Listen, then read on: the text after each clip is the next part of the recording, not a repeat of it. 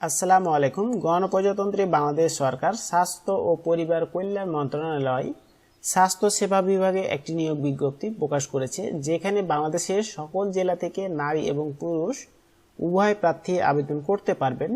আমি যে বিষয়গুলো নিয়ে আলোচনা করব: পদের নাম, গ্রেড ও বেতন স্কেল, পদের সংখ্যা, শিক্ষাগত যোগ্যতা ও অভিজ্ঞতা, বিজ্ঞপ্তি অনুযায়ী প্রার্থীর বয়স কত হতে হবে, কোন ওয়েবসাইটে আবেদন ফর্ম পূরণ করতে হবে, অনলাইনে আবেদনের শুরু ও শেষ তারিখ কবে এবং আবেদন ফি কত টাকা পরিশোধ করতে হবে। সবকিছু এই ভিডিওতে বিস্তারিত আলোচনা করব।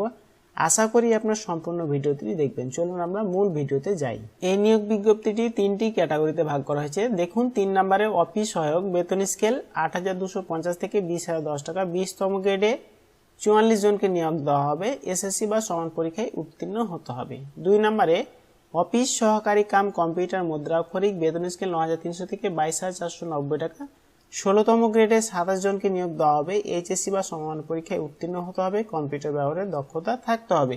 1 নম্বরে 60 মুদ্রাক্ষরিক কাম কম্পিউটার অপারেটর, বেতন স্কেল 11,000 থেকে 26,590 টাকা, 13তম গ্রেডে 16 জনকে নিয়োগ দেওয়া হবে। স্নাতক বা সমমানের ডিগ্রি পাস করতে হবে। কম্পিউটার ব্যবহারের দক্ষতা থাকতে হবে। বিজ্ঞপ্তি অনুযায়ী প্রার্থীর বয়স 1/2/2025 তারিখে 18 থেকে 32 বছরের মধ্যে হতে হবে। আবেদনকারী প্রার্থীকে hsd.teletalk.com.bd এই ওয়েবসাইটে আবেদন ফর্ম পূরণ করতে হবে। অনলাইনে আবেদনপত্র পূরণ ও পরীক্ষার ফি জমাদানের শুরু তারিখ ও সময় 16/2/2025 তারিখ সকাল 10টা থেকে শুরু হয়ে অনলাইনে আবেদনপত্র জমাদানের শেষ তারিখ ও সময় 15/3/2025 বিকেল 5টা পর্যন্ত চলবে।